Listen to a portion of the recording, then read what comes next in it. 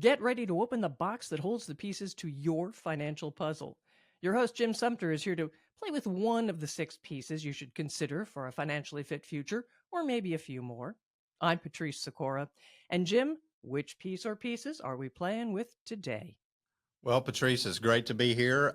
We are going to talk about cash flow, investment, maybe hit on a little income tax, and transferring some things to the estate. So, actually, 4 different of our puzzle pieces, very similar to the last episode that we did, where we talked about a real estate contract. Today, I have a very dear friend of mine, Keith Weaver with Arc Realty, and welcome, Keith. Thank And you. so, what we're going to try to touch on today, because last time we talked about a contract, today we're going to talk about maybe we're getting ready to remodel. We're going to do some updates. We're getting ready to sell a home. What are some things that we want to do? So, that's what we're going to kind of jump into. But before we do that, tell us a little bit of your background. Okay, I have actually been in real estate since 2008. Okay. I did new construction for probably about 5 or 6 years, Okay. and then I went into business with myself, and Okay. then started partnering up with a friend of mine. Okay. So we've been together now for quite some time. Wow. I've also do staging for Okay. my own listings. And we're going to get into that as far as what that means. So, yeah. Perfect. And I do staging for other local agents in the city as well. Okay. And just as a third thing that I do enjoy a lot, I do interior design work too. Wow. Okay. So you have a lot of free time, is what you're saying? No, not Sometimes. really. Well, good. Well, let's jump into this. Okay. So Sure. we talked in the last episode. We're getting ready to buy a home. We've gone through the contract. We've now closed. Now we've moved in. Okay. And we were the buyer in that scenario.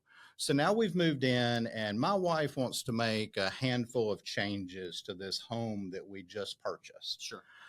Let's talk about what areas of the house maybe we want to consider remodeling if this isn't our forever home. Okay. In other words, let's say we need to redo the kitchen or we need to redo a bath. Are those good values of things to redo? First Absolutely. of all, okay. Absolutely. If you're going to do any type of remodel, you want to kind of break it down. What makes the most sense? Where you're going to get the most return on investment. Okay. The best places to start are going to be truly, first and foremost, your kitchen. Okay. Secondly, master bathroom. Okay. Thirdly, the other bathrooms within the home as well. Okay. Also consider, is it going to be just repainting the home? I know that when you and Jennifer moved into your current home, right, you did a great job, went in, repainted it to update it. Light fixtures. I think you guys did light fixtures as well. Okay, yeah. Might be flooring. Okay. Those are just really some of the most sound investments to get a return on your dollar. Okay. So if you're doing that, let's say that, there's a couple and the style of that particular person is maybe not what you always see. In other words, they have their own style. They like their style. That's what they want. But it may not be a great style if I'm getting ready to resell at some point. Does that really matter? Or how should I go about doing that remodel process? It does matter. And that's kind of a loaded question, to be honest with You're you. welcome. When you buy a home, you want to enjoy your home. Okay. You want to live in it, love it. I think the thing to do is to pay attention to how whimsical is it going to be. Okay. Pay attention to color. Is it too bright? Is it too dark? I think you and I were talking at one point, we don't want to put purple tile in our kitchen. Okay. If someone came to me and asked me to help them or assist them with this remodel process, I think I would point out, what is your design style first and foremost? Is it modern? Is it traditional? Is it transitional? Are you someone who is a maximalist? There's just different levels. But you find out from that person what that is, and then you try to break down what are the most classic elements within that category and encourage them to go that route. If you stick with classic elements, no matter what it is, you're going to probably be okay there. Okay. But if you do something super whimsical, you may say to yourself, okay, I'm fine with that. I'm going to live here for a while. I'm going to enjoy it. And then when it gets time for me to resell this property, I will change it in order to bring in more people to enjoy the home. Okay. So I know you mentioned Jennifer and I when we repainted everything. Paint was fairly easy. Right. But if we wanted to retile, that's not quite as easy. Correct. So in our example that we were talking about earlier, is it's better to paint I'll use the word funky color, or a not as common color if that's what you want to do, Sure. than it is to go and completely retile something, because you may have to change that Absolutely. down the road. Absolutely. Is that what you're kind of getting at? True. You can actually say to yourself, I love art or I love whimsy. And to that point, something is truly fixed within the property, you may go a little bit traditional or classic with. And then the things that you can fix quickly, Mhm. such as paint or even flooring for that matter, go that Okay. route. But if this is going to be a house that I'm buying and my intent is to be there 20, 25 years, really doesn't matter, Knock yourself out. because 20, 25 years down the road, it's going to have changed 2 or 3 times anyway. True. Okay. Yeah. So that was one thing I wanted to touch on. That's inside. Let's talk about the outside. Correct. One of the things that I've always heard, and I don't know this to be true or not, but I've always heard, when you put in a pool, A, they're expensive, and B, you don't always get the value back out of it. Is that true? That is true. Okay. Yeah. Why is that true? I wish I could answer that part straight out. I honestly don't know. Okay. It's just my experience within the business and from what I've seen.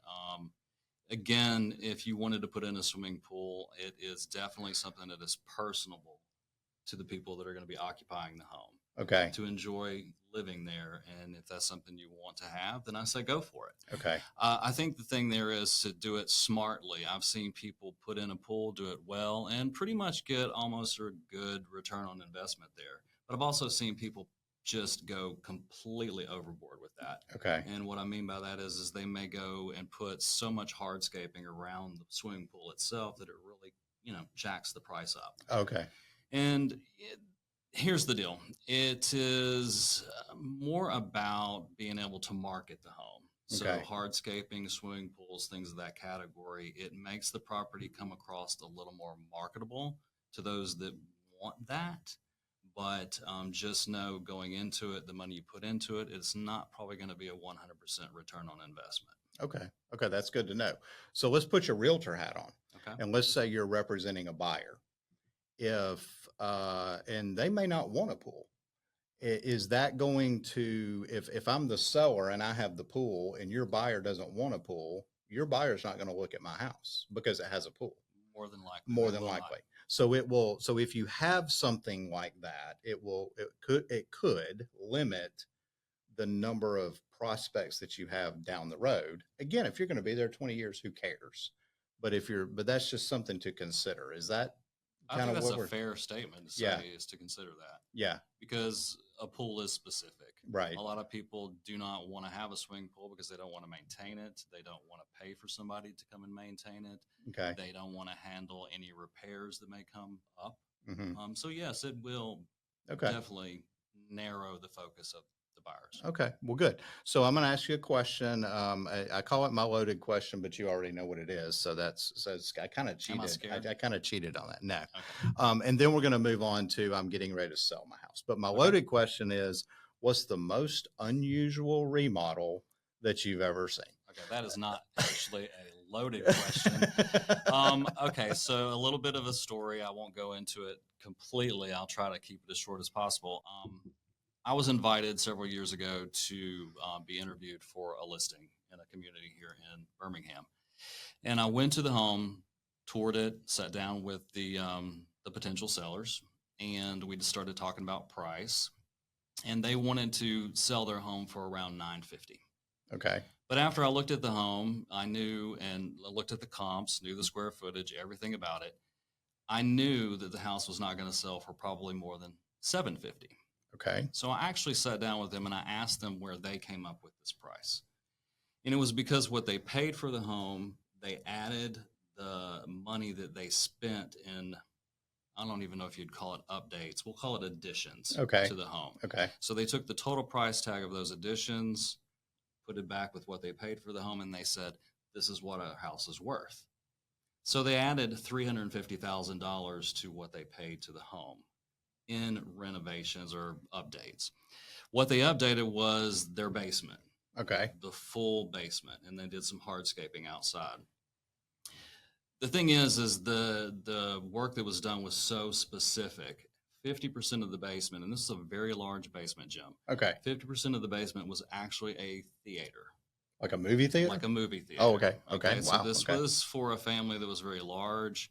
There was probably 4 tiers of seats. Oh, wow. There was Okay. probably 6 seats in each row. This was a nice theater. Well, actually, to relative. be honest with you, decorative wise, it really was not. Oh, okay. Okay. Okay. You know, But they had a good concept. correct. Okay. Got it. Okay. They had doors, I remember, in the back wall that you could go behind, and that's where all the components were, like a real movie theater. Right. Right. Okay. The thing is they spent thousands and thousands and thousands of dollars on speakers and just equipment in addition to that. Okay. They had also put in a bedroom, a ballet studio, and a kitchen. The thing about the bedroom that I noticed was the bedroom wasn't even adjacent to the full bathroom. It was the ballet studio that was adjacent to the full bathroom. So that was a little bit odd. Okay. But nonetheless, it was so specific the way everything was appointed, the money that was spent on all of it, and it just wasn't going to be a good return. Okay. So honestly, when somebody does that, if they're going to go into that type of process, I almost suggest partnering up with a realtor friend before you embark on those processes, or a designer or someone who has the education to help assist you to ensure that you're not going to put yourself out of pocket in the end. Okay. So 2 questions on that. Did you get the listing? I did not get Okay. the listing because I was way too honest. Okay. Okay. And I have to kind of pat myself on the back for being that honest, because they did choose a different agent to go Okay. with, Okay. but it took a year and a half to sell the property. Oh, wow. And they Okay. went through probably 2 or 3 real estate agents to get the property sold. And the property ended up selling for the price that I said it should sell for at the very beginning. Okay. So that's a good fun story. Yes. We'll pat you on the back for that one. Okay. Indeed. So let's move on to, I'm getting ready to sell my house. Maybe it's 6 months from now, maybe it's a year from now, and I need to get it ready. Okay. So I bring you in as a realtor, and you're representing me as the seller, and you're going to make some suggestions on things that I might do. Things like paint. My question is going to be, do I steam the carpets? Do I put in new carpets? Do I need to update that bathroom before I sell? Things like that. What are you as a realtor really talking to your clients about when you're talking about the value of putting money into the house just to turn around and sell it? Walk me through that. Well, the first thing I'm going to say to you is, if you're going to put money into the home in order to get it sold, you want to focus on repairs first. Okay. And then we'll go what do you mean by repairs? It could be that you have a roof leak that you've let sit for a while and you have water stains. Okay. It could be that you know for a fact that your HVAC system is pretty much shot. Okay. Or your roof really needs to be replaced. Okay. So let's focus on the things that we know are foundational to the property first. Okay. And then we'll go into some of the stuff that you kind of mentioned, which I'll say is a little more cosmetic type driven. Okay. So let me ask you this. So in the previous episode with Todd, we talked about inspections and that things would come up on inspections. So what you're saying is, if we know that there's some things that need repaired that are going to come up on an inspection, you might as well go ahead and fix those to get ahead of any question. Is that sort of what you're talking about? Exactly. Okay. If you're not going to do that, if you're not willing to do that, or you cannot financially do that, then you need to make compensation in the sales price. Okay. And what I mean by that is, you don't necessarily have to say, okay, here's my sales price and this is what I'm willing to do once we go into an agreement. But go ahead and just price the home to include Okay. that situation or those situations. You know, I've seen listings at times where it may be for X amount of dollars, and then they give you a $5,000 carpet allowance or a $10,000 window allowance or something like that. Is that what you're talking about that you might do, where I'm not really willing to do it up front, but I'm going to give you a concession on the backside? Is that sort of what you're talking Kind of, sort of, about? you can do that. I Okay. don't know if they strategically work that often. A lot of Okay. times when somebody sees something like that in writing, they want to actually come and say, okay, well, I want that money, but I want it for something else. Okay. Okay. So I'm kind of saying that if the repair can't be done for whatever reason or is not getting done, let's say that you would normally price a house for, say, $575. Okay. All right. And you have a repair out there that's going to cost, say, $5,000. If you're not going to do it, well, instead of pricing the house for $575, go ahead and price it for $570. Okay. Go ahead and just knock it down and put it in there and say, the reason that we've got this house priced this way is because of this, because we know, Mr. Buyer, you're going to need to come in here and take care of this. Okay. Well, that makes a lot of sense. So we've talked about the inside. Let's talk about the outside. And this may be things like the roof. What if I have, my driveway has a whole lot of cracks in it. Maybe my sidewalk needs replaced. Do I make sure that the bushes are trimmed? Do I make, if they're overrun, is it important to make sure that the appearance of the house looks as good as it can, even though it may cost me a little bit of money to do that? Absolutely. The first thing I do when I'm being asked to come talk to someone about listing their home Mm-hmm. is I get out of my car and I just start staring at everything in front of the home. Is it the eaves? Is it the sidewalk? Is it a tree that is so massive and so big and blocks the view of the home? Is it overgrown shrubbery? Is it a handrail that is shaking? Even cracks in driveways. So I take a lot of mental note, take photos, and go ahead then and go into the home to see the interior and start talking about everything inside. But curb appeal is huge. That's one of the first inviting things that every buyer is going to see when they come to see the property. Okay. Well, that, it makes a lot of sense.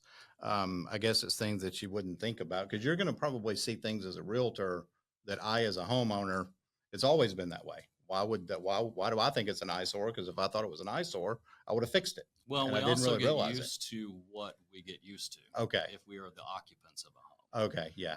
I have actually worked with sellers where we actually ended up removing trees from the front of a yard because it was going to actually benefit the sale, in the end. Okay. So you as a realtor, then you're going to help me as a seller walk through some of those things and make suggestions of things that I want to do.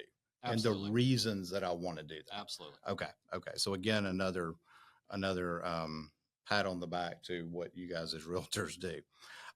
Okay. Let's talk about, you're now going to list the house. I've made the repairs. Okay. Let's talk about things like clutter and staging and personal pictures. And what are your thoughts on that? I want to make jokes about that right now, but I'm going to try to stay. I know you do, but let's work through this. Okay. I will kind of reiterate something I've heard here recently, and that is obviously pricing is huge when you're ready to sell a property. Right. But the presentation of the home on the outside and the inside is so important. Okay. Because what you're trying to do is create a vision, a feeling, evoke things. So when a potential buyer comes in, they can see themselves living there. We get used to how we all live, even myself included.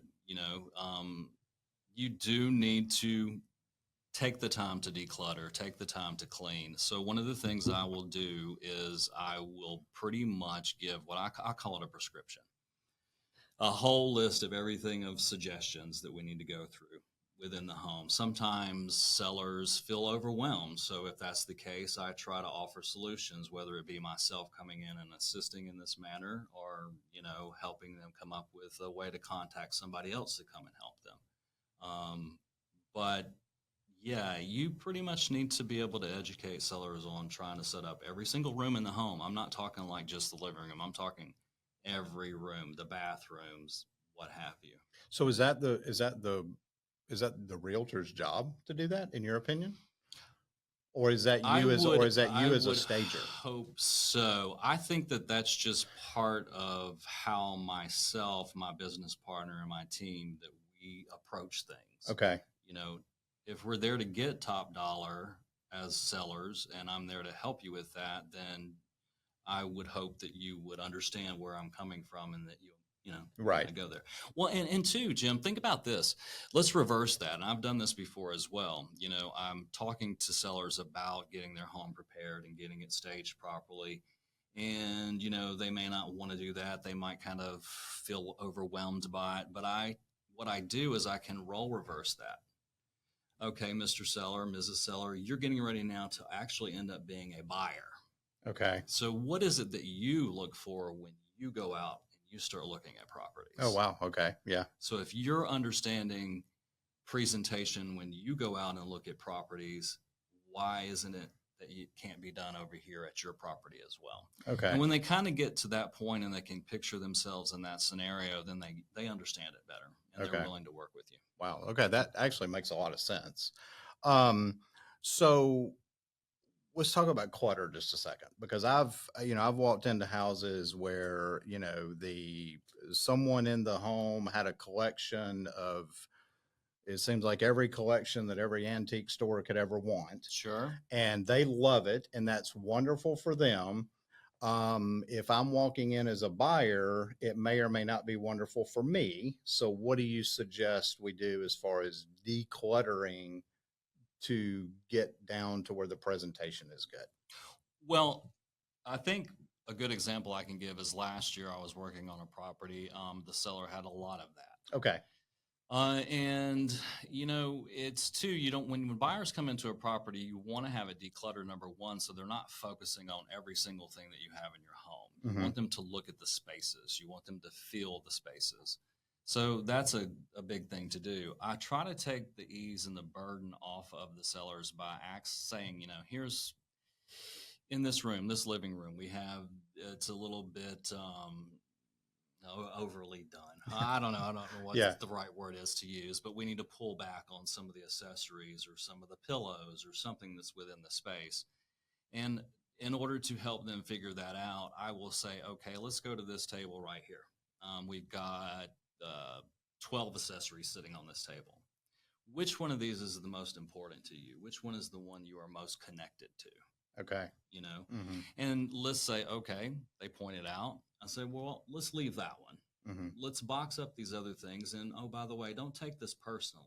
This is about getting your home sold. Right. And again, if they start feeling overwhelmed, I'll step in and try to assist them with that process. Right. Too. Is that the same thing with pictures of your kids and your grandkids and, things like that? I do feel strongly that those types of things should come off of walls, should come off of tabletops and things of that category. I almost feel like I'm treading water when I'm having that conversation. Right.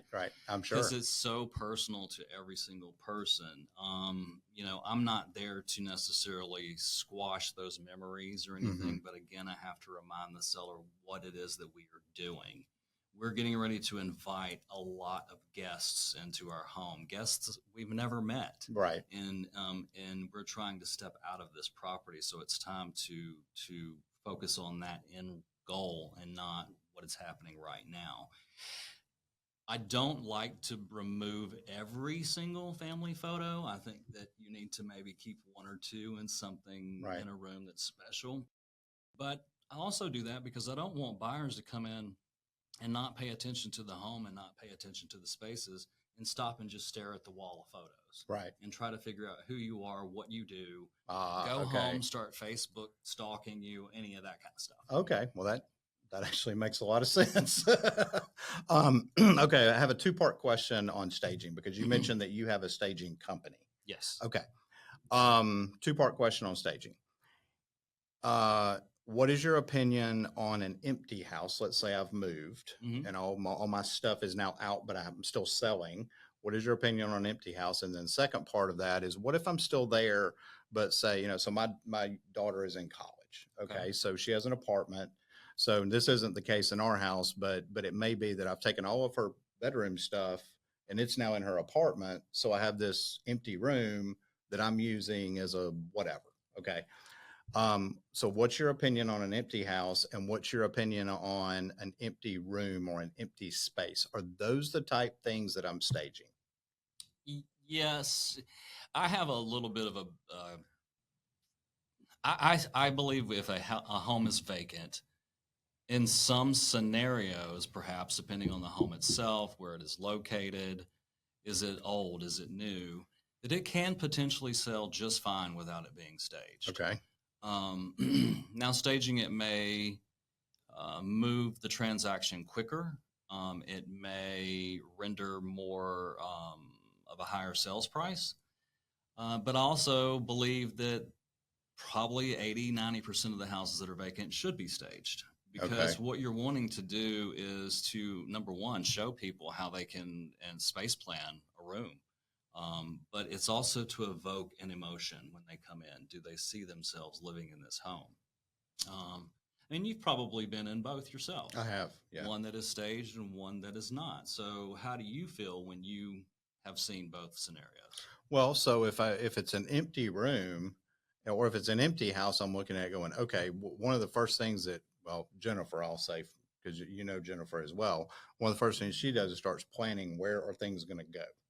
And if things don't go in that room or don't go in that house, then we move on to another house. Sure. And so, but at the same time, if something is staged, is it easy for me to visualize the way my stuff would go in there? So I see both sides, and that is that sometimes just a conversation that you have with your seller is, sometimes it's yes and sometimes it's no, or is it, how does that work?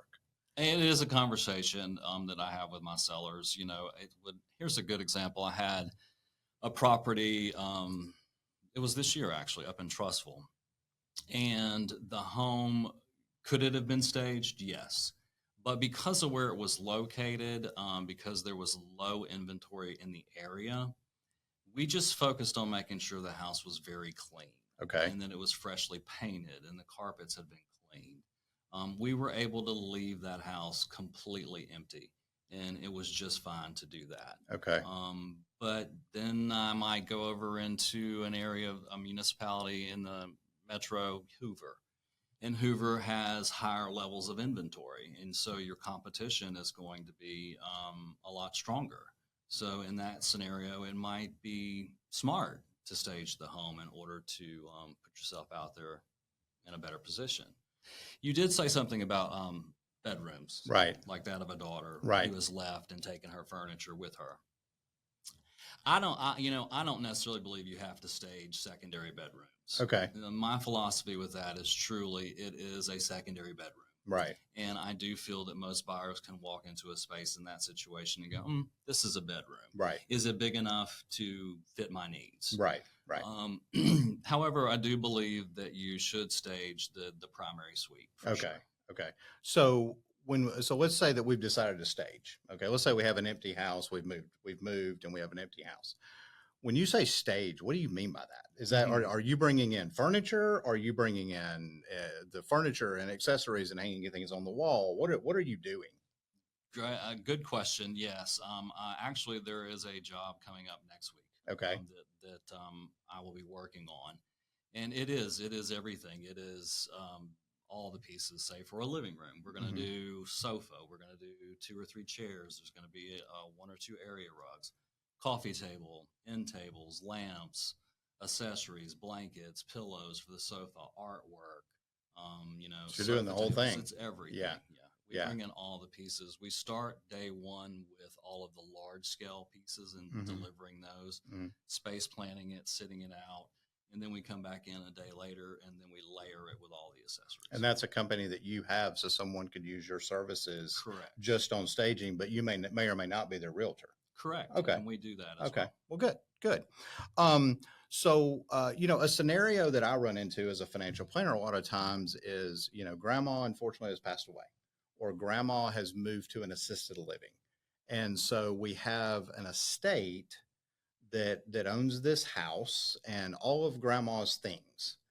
And, everyone has kind of gone in and taken the things of grandma's that they want, but there's a lot of stuff left. So we're going to have this estate sale, and we're going to have, this home that we're trying to sell, and you've got, someone local, and then you got two people out of state that are going to, so everybody wants to get the largest value that they can for the house and spend the least amount of money. I know you've never heard that before. Never. Is that a scenario that is any different than any other transaction? Here's the reason I asked that question. And it goes back to the empty house scenario. Mm-hmm. I have a client that really, an estate that we're literally working on right now, okay, where I'm doing all the financial planning and stuff like that. And they have a realtor, and they had this house on the market, and it wasn't selling. And the house is empty because the executor said, okay, we're all going to go in and get what we want. Then we're going to have this big estate sale. We're going to empty the house. We're going to clean the carpets and have someone come in and do the housekeeping on it. Okay. They didn't paint anything. They didn't do anything. They didn't do any remodeling because nobody wanted to spend any money. Okay. The realtor said, you need to stage this because it'll sell better. And they said, well, how much is that going to cost? So it was going to cost them X number of dollars. Do you know they sold the house for less than it was going to cost to stage it? They probably could have gotten more. Is that a scenario that you see? Or is that Sure. transaction any different than, a family that's moving? It is a little bit different. I have actually personally done a lot of estate transactions. I currently am involved with one. And I can give you several scenarios. I remember last year working with an estate that was 5 siblings. Okay. And the house really, really needed a lot of work. I'm going to be honest with you. And so the suggestion there, or the work that or the approach there was, at minimum, I need you to get every single thing out of this entire home, and at least broom sweep it. There was it didn't make any financial sense to spend any money beyond that process in order to make repairs or update the home or remodel it. It was more like, look, you need to go ahead and get the property sold. You just need to price the house for what it is, and let's just get it sold. Because any money that we were going to put into this property was not going to do anything but give it right back. Right. There was not this particular situation, you were not going to make any more money by making those updates. So just sell it for what it is. Okay. Now, the one that I'm involved with today, not the same story. Oh, okay. It did make sense to go in because, number one, where it's located and the demand that this particular community has, it was one where the executors went in and they repainted it, they recarpeted it, they made sure any repair that needed to be done was done. Even down to making the decision to take all of the garage shelves down and repatch and repaint the interior of the garage and paint the floor of the garage, anything they could do to make sure it looked good. And therefore, we were able to price this home in a very good position. But, in any of those cases, Jim, the first thing I ask the executors is, what kind of money is there? Do you have any money to do anything with? I don't care if it's repairs, clean up, empty the house, stage it, whatever. Right. Once you find out what those funds are, then you can help them come up with what is the best decision for the estate. Right. Well, it's interesting because me as a financial planner, a lot of times the estate is coming to me or the executor is coming to me. And I'm going to know the answer to that question. So what I might do is make a referral to you or make a referral to a realtor or something like that to have those discussions. And a lot of times I'm involved in those discussions because I don't know real estate. I don't have a real estate license, but I know the math of the estate, or I know what can happen. Are there funds available? If there are, how do we get them? Or when estates are sometimes tricky because you may have things coming in and going out over a period of time. And then you have to have this close date that you need to have it done. You have this tax return, you have these other expenses with the attorney's fees and all that sort of stuff. Well, I'm going to know those sorts of things. So a lot of times what happens is you're actually on the team that we're sort of quarterbacking as financial planners. And, the other thing that I just want to point out, and I know you know this, and you're always encouraging clients, is if you spend $1 on that home, make sure you're keeping a receipt. Right. Because everything adds to basis. I know. I had a realtor that I spoke with a couple of weeks ago on a transaction that we're actually working on, and this home is not owned by an individual; it's owned by a trust. Okay. And the trust basis is different than if you own an individual home, because a trust can't take a homestead exemption. So you don't get some of the same tax benefits as a trust as you do as an individual with regards to capital gains. So my point was, we have to look at what is the cost basis. The other thing that happens a lot of times is, was that property ever rented? Mhm. Because if it was ever a rental property, then there could be depreciation there that has to be considered when we're talking about the capital gain in the transaction. Mhm. And so I think it's really, really important that as financial planners, I'm working with, if I'm not doing the tax work, I'm working with the accountant, I'm working with the estate attorney, I'm working with the realtor, that everything gets quarterbacked and we're all trying to decide, okay, do we make this investment into these repairs, or do we sell it as is? And because the bottom line is, we're all trying to get the transaction done, Correct. and in the most cost effective way, because like I said, we want to get the highest value and spend the least amount of money. That's sort of the goal when we're talking about getting something sold. So, this is a really interesting discussion, because you don't think about these things a lot of times, Right. Unless you're in them. Right. Right. And sometimes, and I guess this will be my last question. If I know that I might be selling at some point in the future, when would I bring you in as a consultant, as a, not necessarily to have a listing, but as a consultant to start talking about these things, about remodel and things like that, if I know that I might sell at some point? How does that even work? I would just say the sooner the better in that situation. Don't wait. Don't think to yourself, "Oh, I want to put my house on the market." What is today? July. What day? July the 17th or Okay. 18th, whatever Say it is. that. Yeah. You call me up and you're like, "I want to put my house on the market by July 31st." Okay. But I walk into your home and I see that we've got to do some prep work to get Right, going. right. That's a really tight window to get things done. Right. And I can see the tense stress expressions on sellers' faces in Right, that situation. So right. that's why I say the sooner the better. Right. Even if it's several months before you think you want to go on the market. Okay. I had 2 scenarios last year. They worked out great. The first house I visited was in October. The second one I visited was early December.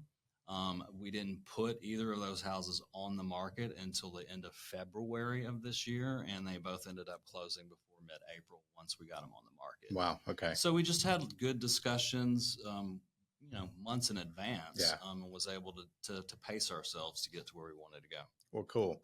Well, Keith, this has been a very interesting discussion. I think I learned a couple of things about this, and I've bought and sold many houses in my lifetime. It's something that we need to think about, and it's not. I think the bottom line is, it's not a cookie cutter scenario. No, Not every situation scenario is tailored to the Yeah. buyer or the seller. Yeah. And that does go back to experience of being a realtor for years and years, and being involved in many different aspects. And 2, talking about the estate thing, and having someone like yourself involved with a realtor like myself,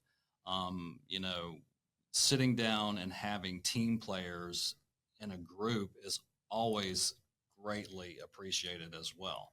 Right. Because someone in my position would say, "Okay, you've invited me in. Here's my prescription." Now I'm going to toss it off to you. You're the one in charge of the money. Right. And you may not be able to do all those things. And you may ask me, Keith, why? Right. And I'm going to explain it to you. And then you will logically sit back and say, okay, I get his points. However, this is our threshold. So let's pick out what is the best scenario. Right. And so anytime there's an estate involved with all the players, that's a great way to handle it. Okay. Final question is, do you treat a primary home and an investment property the same? Absolutely not. Absolutely not. Okay. We'll jump into investment properties later, but I wanted to get that answer that it's not the same. Not the same. They absolutely could be different. Patrice, I think that's all we have, unless you're going to let us go about another hour or so. Oh, there is so much to do to my house now. Oh, no. Thank you, Keith. Give me a plane ticket. We'll be there next week. Well, Jim, how can people reach Keith, and how can they reach you? Keith, how can people reach you? People can reach me. My telephone number is 205-999-8644, or they can shoot me an email at keithwrealtor@gmail.com. And as far as me, my direct number is 205-510-9074. CMCFP, CMC Financial Puzzle .com is our website, and we're on all social media channels: Facebook, LinkedIn, Instagram, and YouTube. All right, listeners, put your puzzle pieces together in a financial plan that works for you. Be sure to follow this podcast to know when the next episode is ready for you. Share with others, and thanks for being with us. Thank you for listening to the Financial Puzzle Playbook. Click the follow button to be notified when new episodes become available. Don't forget to follow us on social media by checking the links in the description. And contact us today by visiting our website at www.cmcfp.com or give us a call at 205-510-9074. Content here is for illustrative purposes and general information only. It is not legal, tax, or individualized financial advice, nor is it a recommendation to buy, sell, or hold any specific security, or engage in any specific trading strategy. Results will vary. Past performance is no indication of future results or success. Market conditions change continuously. This commentary reflects the personal opinions, viewpoints, and analyses of CMC Financial. It does not necessarily represent those of RFG Advisory, Private Client Services, their clients, or their employees. This commentary should not be regarded as a description of advisory services provided by CMC Financial or RFG Advisory, or performance returns of any client. The views reflected in the commentary are subject to change at any time without notice. Securities offered by registered representatives of Private Client Services, member FINRA SIPC. Advisory services offered by investment advisory representatives of RFG Advisory, a registered investment advisor. Private Client Services, CMC Financial, and RFG Advisory are unaffiliated entities. Advisory services are only offered to clients or prospective clients where RFG Advisory and its representatives are properly licensed or exempt from licensure. No advisory services may be rendered by RFG Advisory unless a client agreement is in place.